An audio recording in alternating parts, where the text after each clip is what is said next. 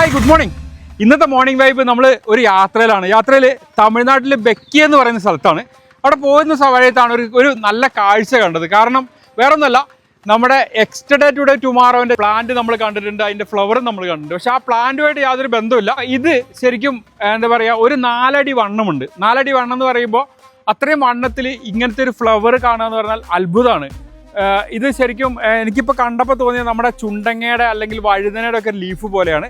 നമ്മുടെ yesterday today tomorrow വളരെ narrow ലീഫാണ്. അതുപോലെ തന്നെ ഇതിൻ്റെ ഫ്ലവർ കണ്ടോ, യെസ്റ്റർഡേ ടുഡേ ടുമാറോ പോലെ തന്നെയാണ്.